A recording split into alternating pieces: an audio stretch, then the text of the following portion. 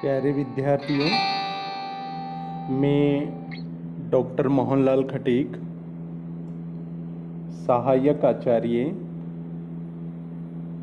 राजेश पायलट राजकीय महाविद्यालय लालसोट। आप सभी को मालूम है कि हम सभी अध्ययन कर रहे थे बीए तृतीय वर्ष के प्रथम प्रश्न पत्र में श्रीमद् भगवद गीता के द्वितीय अध्याय का, और द्वितीय अध्याय का अध्ययन अपन सभी ने संपूर्ण कर लिया था। इसके पश्चात हम सभी अध्ययन कर रहे थे इसके तृतीय अध्याय का, और तृतीय अध्याय में अपन ने पहले, दूसरे और तीसरे श्लोक का अध्ययन पूर्ण कर लिया था। तो द्वितीय अध्याय में जो उपदेश श्री कृष्ण के द्वारा अर्जुन को दिया गया था, जिसमें श्री कृष्ण ने विस्तृत रूप से अर्जुन को आत्म तत्व के बारे में बताया था कि आत्मा क्या होती है या आत्म तत्व क्या होता है। और इतना बता देने के बाद में उन्होंने समत्व बुद्धि युक्त प्राणी के बारे में बताया था कि ऐसा व्यक्ति कौन होता है जिसकी बुद्धि प्रतिष्ठित होती है या स्थिर रहती है, जो द्वंद्वात्मक स्थिति में भी उसकी बुद्धि विचलित नहीं होती है। इसके बारे में श्री कृष्ण ने अर्जुन को विस्तार से उपदेश दिया था। तत्पश्चात यानी इस द्वितीय अध्याय में श्री कृष्ण ने अर्जुन को ज्ञान योग और कर्म योग के बारे में विस्तार से बताया था। स्थिर बुद्धि का उपदेश स्थिर बुद्धि वाले व्यक्ति के बारे में बता देने के पश्चात श्री कृष्ण ने अर्जुन को निष्काम कर्म का उपदेश दिया था कि निष्काम कर्म क्या होता है और कर्मों को कैसे करना चाहिए। यानी कर्मों को करने के पीछे उसके पीछे फल की इच्छा नहीं होनी चाहिए। अगर उसके पीछे अच्छे फल की इच्छा होती है तो उस कर्म के द्वारा जो प्राप्त फल होता है वह अच्छा भी हो सकता है, बुरा भी हो सकता है, यानी उससे लाभ भी हो सकता है, हानि भी हो सकती है। इसलिए श्री कृष्ण अर्जुन को कह रहे थे कि कोई भी कर्म अगर आप करना है तो उसके पीछे फल की इच्छा नहीं होनी चाहिए, क्योंकि फल की इच्छा अगर होती है या इंद्रियों को उनके विषयों की तरफ अपन लगाए हुए रहते हैं तो उसका मतलब है कि उसका उस कर्म के प्रति फल की इच्छा होती है, और वो फल की इच्छा अपन को कर्म करने पर प्राप्त होती है, चाहे उसका अपन को लाभ हो चाहे हानि हो, वो मिलके ही रहता है। ऐसा श्री कृष्ण अर्जुन को उपदेश दे रहे थे। और द्वितीय अध्याय में संपूर्ण उन्होंने सार देखा जाए तो ज्ञान तत्व और ज्ञान योग और कर्म योग के बारे में बताया था। तब तृतीय अध्याय के प्रारंभ में अर्जुन श्री कृष्ण से कह रहे हैं कि हे केशव, आप मुझे ज्ञान योग और कर्म योग दोनों के बारे में बता रहे हो, तो आप मुझे जो श्रेष्ठ ज्ञान योग है तो आप मुझे ज्ञान योग के बारे में बताइए। मुझे कर्म योग के बारे में जान के क्या करना है, मेरे लिए ज्ञान है और ज्ञान श्रेष्ठ है, तो आप मुझे ज्ञान योग के बारे में बताइए, कर्म योग के बारे में मत बताइए। यानी मुझे ज्ञान योग की ही शिक्षा दीजिए। तब श्री कृष्ण आगे अर्जुन को कह रहे थे, और अर्जुन को क्या कह रहे थे कि हे पाप शून्य अर्जुन, मैंने पहले इस श्लोक में 2 प्रकार की निष्ठा बताई है, जो ज्ञान व्यक्तियों को ज्ञान योग के द्वारा और योगियों को निष्काम कर्म योग के द्वारा प्राप्त होती है। यानी ज्ञानवान व्यक्तियों को तो ज्ञान योग के द्वारा और योगियों को निष्काम कर्म योग के द्वारा वो निष्ठा या भक्ति प्राप्त होती है। निष्ठा का अर्थ हम यहाँ भक्ति से भी ले लेते हैं। और अब आगे हम चतुर्थ श्लोक का अध्ययन करेंगे, तृतीय अध्याय का चतुर्थ श्लोक का। और इसमें श्री कृष्ण अर्जुन को उपदेश देते हुए कह रहे हैं, क्या कह रहे हैं, न कर्मणाम अनारंभात् नैष्कर्म्यं पुरुषो अश्नुते न च सन्न्यासनादेव सिद्धिम समधिगच्छति। श्री कृष्ण अर्जुन को कह रहे हैं, अन्वय कर लेते हैं, पुरुष है न कर्मणाम अनारंभात्, नैष्कर्म्यम अश्नुते न च सन्निसनाद एव सिद्धिम समधिगच्छति। श्री कृष्ण अर्जुन को यहाँ चतुर्थ श्लोक में उपदेश दे रहे हैं, यानी अर्जुन किंग कर्तव्य विमूढ़ हो रहा है कि ज्ञान योग ही श्रेष्ठ नहीं है, क्योंकि कर्म योग का भी यहाँ पर महत्व है। और कर्म योग भी कैसा? निष्काम कर्म योग, यानी ऐसा कर्म जिसके पीछे किसी भी प्रकार की फल की इच्छा नहीं हो। तो अगर व्यक्ति सोचे कि कर्मों को आरंभ नहीं करने से अगर निष्कर्मता को प्राप्त कर लिया जाए, तो ऐसा भी नहीं है।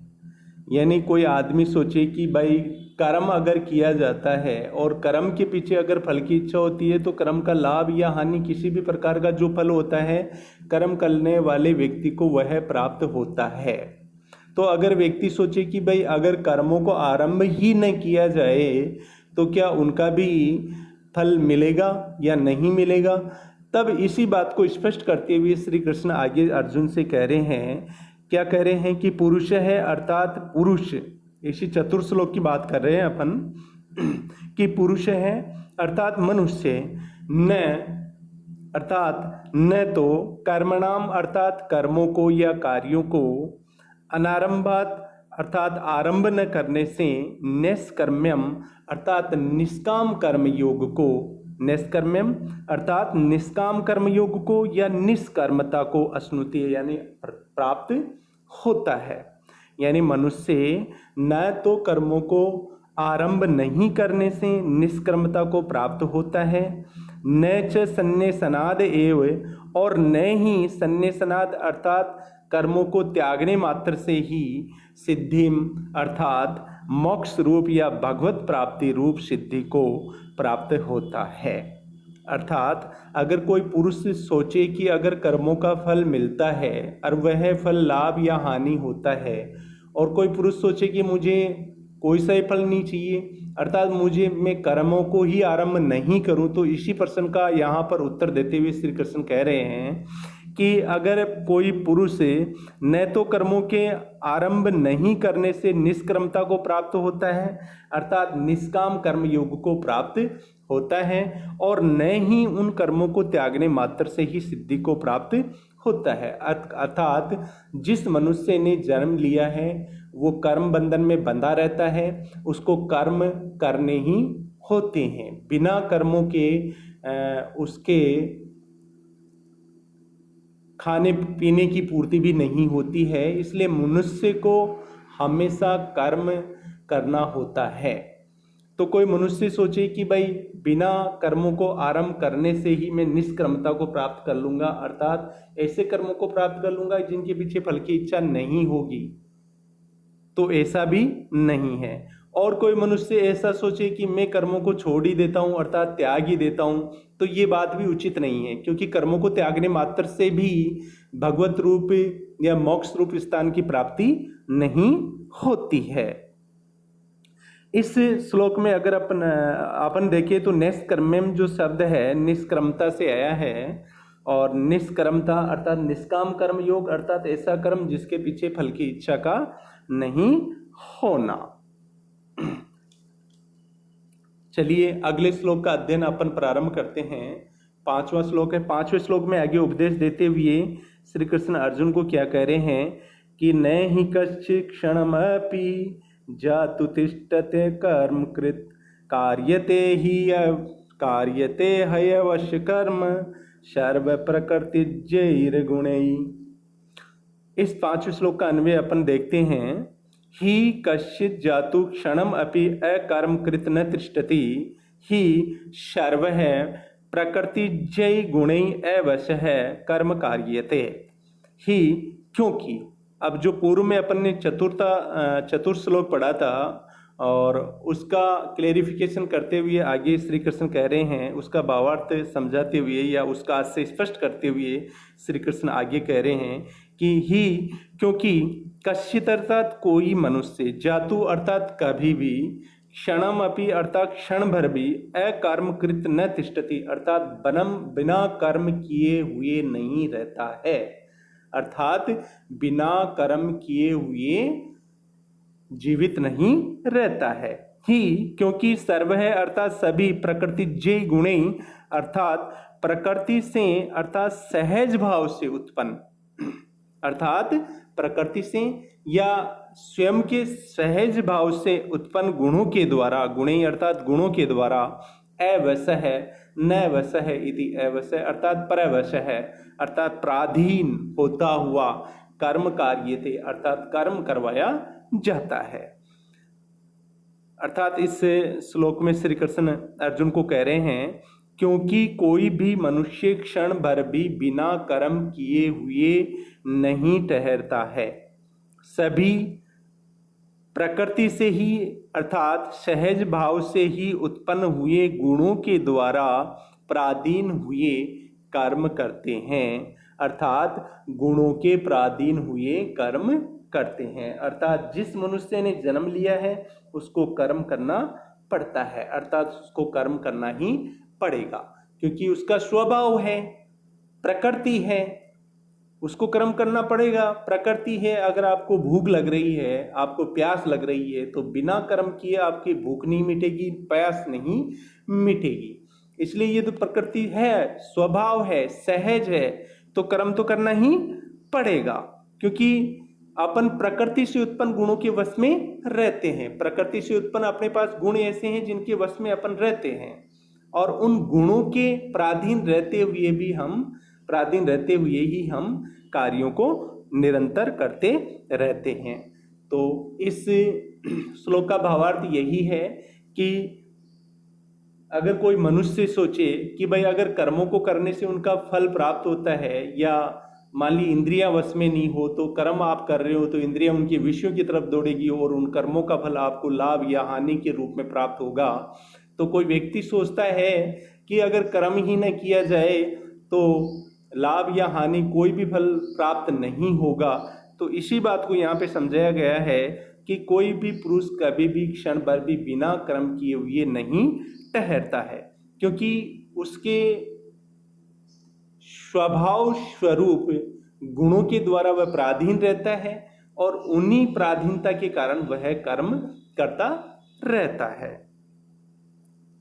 तो यहाँ पर व्याकरणात्मक टिप्पणी अपन देखें तो देखिए, ही जो है यहाँ पे अव्यय निपात है, कश्चित जो है ये अनिश्चयार्थक है, और चित लगा हुआ है कह में, और अक्रमकृत नहीं कर्म करने वाले पुरुष के लिए आया है। प्रकृतिजय गुणेय, यहाँ पे प्रकृतिजय विशेषण है गुणेय का।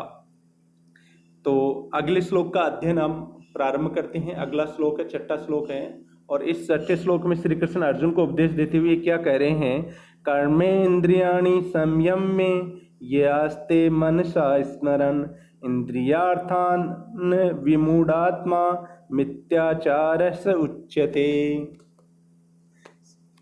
श्री कृष्ण इस छठे श्लोक में क्या कह रहे हैं अर्जुन को कि ये विमूढ़ आत्मा कर्मेन्द्रियाणि संयम्य इंद्रियार्थान मनसा स्मरण आस्ते स मिथ्याचार है उच्यते। और आगे स्पष्ट करते हुए श्री कृष्ण अर्जुन को कह रहे हैं कि जो विमूढ़ आत्मा अर्थात मूढ़ बुद्धि वाला मनुष्य, जो मूढ़ बुद्धि वाला मनुष्य, कर्मेंद्रियाणि अर्थात कर्मेंद्रियों को, आपको पता है कि 5 ज्ञानेंद्रियां होती है और 5 कर्मेंद्रियां होती है। 5 कर्मेंद्रियां कौन सी होती हैं? वाक, पाणी, पाद, पायु और उपस्थ।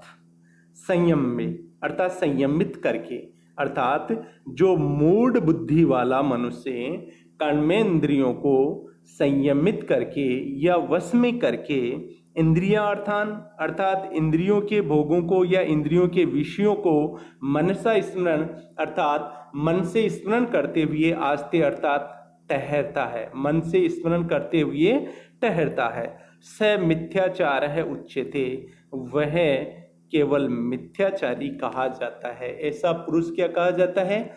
केवल मिथ्याचारी कहा जाता है। कैसा पुरुष? जो केवल दिखावा मात्र करता है, उसको ज्ञान है और ज्ञान के स्वरूप वह केवल दिखावा मात्र करता है।